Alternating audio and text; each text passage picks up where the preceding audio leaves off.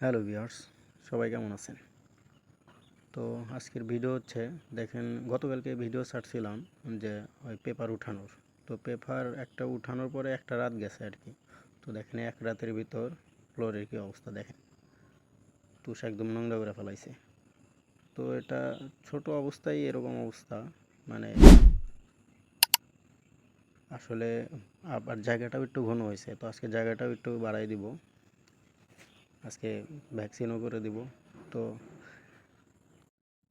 তো আসলে ভাই এই যে খুঁটিনাটি যে টুকিটাকি যে কাজগুলা, এগুলো আসলে একটা মজারও কাজ, আবার বিরক্তিকর। মানে বাচ্চা অবস্থায়, ব্রুডিং অবস্থায় যে খেয়ালটা রাখতে হয় বাচ্চাদের আর কি, এটা ধরতে গেলে যারা খামারি আছেন তারা বুঝবেন আর কি বিষয়টা, যে এটা একটা সেনসিটিভ বিষয়, আবার মজার বিষয়। তো আজকে জায়গাটা অনেক ঘন হয়েছে।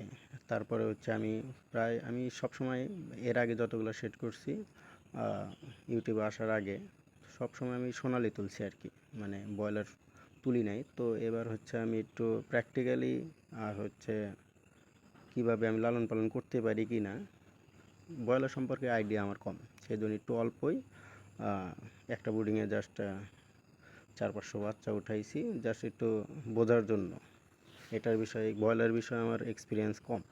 সবাই অবশ্য বলছিল যে ব্রয়লার উঠায়ও না, এটাতে রিস্ক বেশি, পালতে পারবা কি না।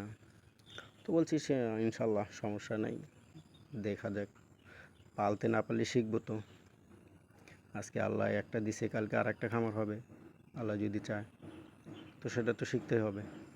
তো আল্লাহর নাম বলে আর কি, আল্লাহর উপর ভরসা করে উঠাই ফেলাইছি। আগে বললাম এটার বিষয়ে আমার এক্সপিরিয়েন্স নেই। আমি সোনালি ভাই অনেক দিন পালছি, সোনালি এর আগে অনেক সেট তোলা হয়েছে। আমার এই সেটে প্রায় আমি ১,৫০০, ১৪50 বা ১৩০০ এরকম সামথিং আমি মুরগি উঠাই সোনালি। তো এটা ব্রয়লার যেহেতু আগে করি নাই, সেক্ষেত্রে আমার একটু বোঝার জন্য আর কি ৪-৫০০ উঠাইছি।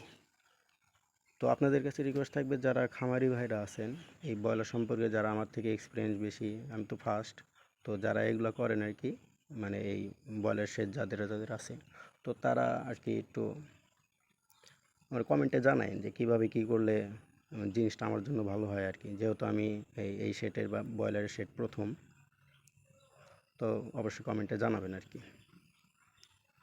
তো আজকে জায়গাটা একটু বেশি ঘন হয়েছে আর কি, সেই ঘন হওয়ার কারণে দেখলাম তুষগুলো ভিজে উঠতেছে, তুষগুলো নোংরা হয়ে গেছে। তো তুষটা একটু পরিষ্কার করে দিয়ে আর জায়গাটা একটু বাড়াই দিতেছি।